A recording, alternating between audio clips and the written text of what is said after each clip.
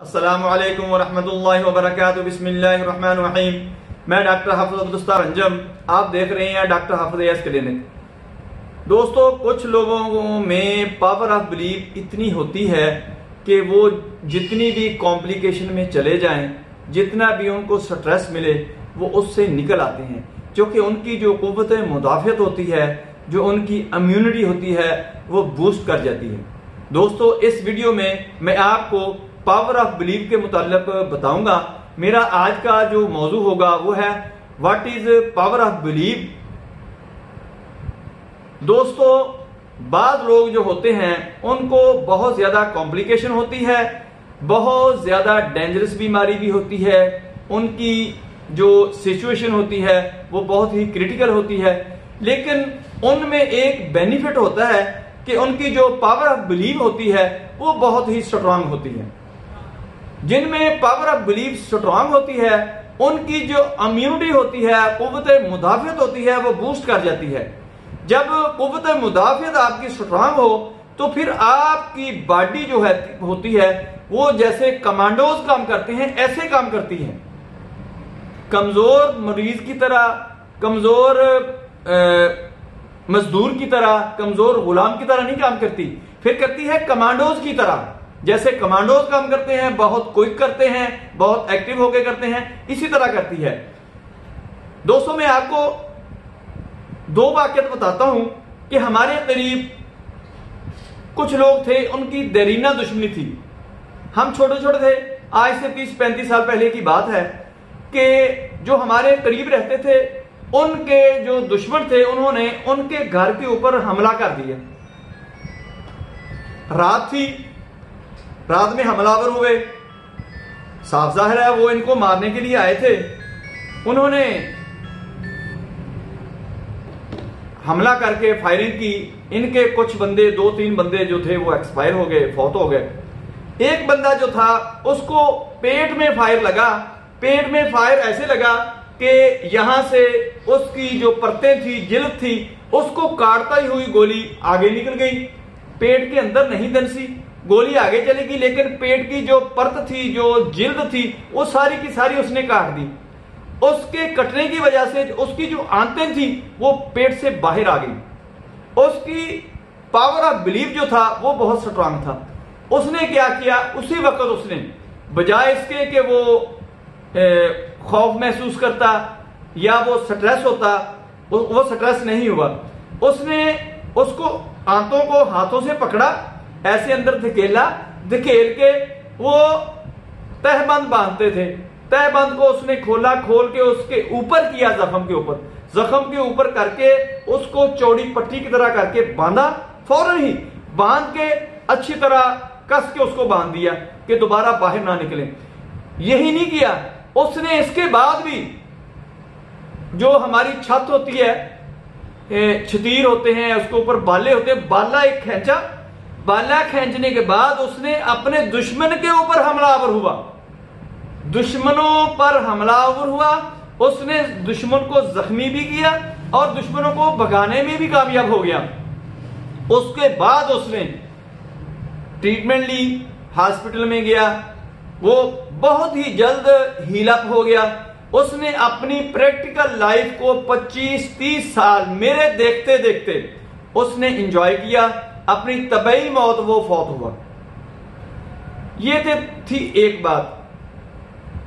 कुछ मरीज हमारे पास आते हैं, बिल्कुल हल्की सी बीमारी होती है, हल्की सी सिम्टम होती है, कोई क्रिटिकल मसला नहीं होता, कोई डीपली मर्ज नहीं होता, कोई सतही मर्ज होता है, लेकिन उनकी जो पावर ऑफ बिलीव होती है वो इंतहाई कमजोर होती है या ना होने के बराबर होती है।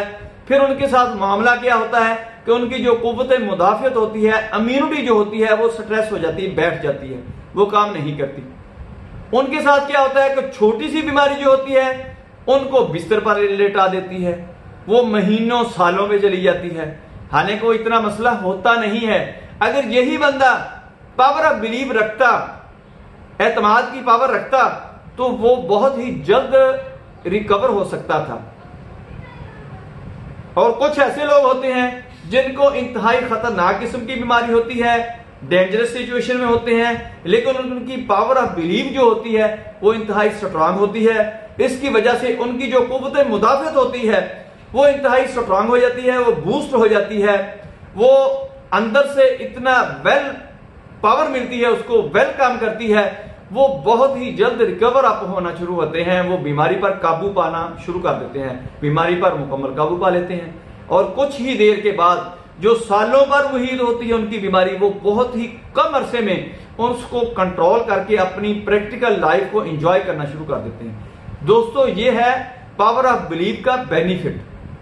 अपनी पावर ऑफ बिलीव को बेटर करें, इसको मैनेज करें, इसको स्ट्रांग करें, ताकि खुदा ना खास्ता अगर कोई बीमारी आप पर अटैक करती है, कोई आपको स्ट्रेस आता है, कोई जिंदगी में ऐसे हालात पैदा हो जाते हैं, तो आप बजाय इसके कि मरना शुरू हो जाएं, आप बिस्तर पर उस स्ट्रेस की वजह से चले जाएं, बल्कि आप उसको फेस करना शुरू कर दें, उसका को ओवरकम कर लें, उस पर काबू पा लें। यह है पावर ऑफ बिलीव का बेनिफिट। इसलिए अपनी पावर ऑफ बिलीव को ज्यादा से ज्यादा मैनेज करें।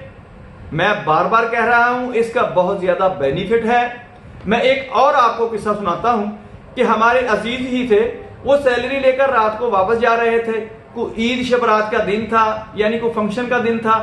चोरों ने नाका लगाया हुआ था रास्ते में, वो लूट रहे थे। उसने कुछ मुजाहमत करने की कोशिश की कि यही मेरे पास पैसे हैं, मैंने इनको ही जाके खर्च करना है, ये अगर इन्होंने ये छीन लिए, जहन में बात होती है कि अगर इन्होंने ये छीन लिए तो मैं कल क्या करूंगा, बच्चों को क्या करूंगा, ये जहन में होती हैं बातें। उसने मजाहमत की, उन्होंने फायर कर दिया। फायर उसके लगा पिंडली की जो पिछली मसल जो होते हैं उसके साथ वो फायर लगा, उसको टच करता हुआ, मसल्स को डैमेज करता हुआ वो गोली आगे निकल गई। उसके मसल जो थे वो कट गए। वो मसल्स कटने की वजह से उसके जो पांव की मूवमेंट थी वो उसके कंट्रोल में नहीं रही। जब वो चलता था तो उस वक्त उसका पांव लटक जाता था, पांव वो उठा नहीं सकता था। क्योंकि जब हम नॉर्मल हालत में चलते हैं तो पांव को ऐसे उठाते हैं, आगे स्टेप रखते हैं, फिर पांव को रखते हैं, फिर उठाते हैं। वो पांव को उठा नहीं सकता था, पांव उसका लटक गया था। उसने क्या किया, एक जूता लिया, जो कि उसकी पावर ऑफ बिलीव थी कि मैंने इसको सरवाइव करना है, मैंने प्रैक्टिकल लाइफ में नॉर्मल बंदों की तरह अपनी जिंदगी गुजारनी है, ना कि अपाहज होकर, माजूर होकर। उसने पांव अपने को बांधा, बांध के आगे अंगूठे के नजदीक से सपोर्ट डाली और अपनी लेग के साथ, टांग के साथ उसको कनेक्ट कर दिया, यानी उसको कंट्रोल कर लिया कि जितना पांव नीचे जाता था नॉर्मल पांव जैसे रहना चाहिए, वहां पर उसने उसको रख के बांध दिया। इसी तरह वो 2, 4, 6 माह तक इसी एक्सरसाइज में रहा। लेकिन उसको पावर ऑफ बिलीव था, एतमाद की ताकत थी कि मैंने इसको ठीक कर लेना है, मैंने ठीक हो जाना है। वो अल्लाह की कुदरत से, अल्लाह की मेहरबानी से वो बिल्कुल नॉर्मल हो गया। वो अब अपनी नॉर्मल जिंदगी गुजार रहा है, नॉर्मल बंदों की तरह काम कर रहा है। दोस्तों, इसी तरह एक मरीज और मेरे पास आई, उसने बाजू लटकाया हुआ, बांधा हुआ है, कई महीने बल्कि साल से ऊपर ही अरसा गुजर गया। मैंने कहा, पूछा ये क्या हुआ? उसने कहा छोटा सा मेरा एक्सीडेंट हुआ था, लेकिन मेरा बाजू जो है वो हड्डियां टूट गई, वो जुड़ नहीं रही। उसमें क्या था कि पावर ऑफ बिलीव जो था वो मजबूत नहीं था, कमजोर था, बल्कि ना होने के बराबर था कि रक्षे की बॉडी के नीचे बाजू आई, टूट गई। लेकिन उसके जहन में ये बात बैठ गई कि मेरी जो हड्डियां हैं वो ज्यादा टूट गई हैं, शायद ये कचरा हो गई हैं, ये अब नहीं जुड़ेगी। उसके जहन में ये बात बैठ गई थी, इसलिए उसका जो बीमारी थी, केस था, वो लटक गया। वो बहुत ही मुश्किल से उसको मैनेज किया गया, उसकी जो पावर ऑफ बिलीव थी उसको स्ट्रांग किया गया।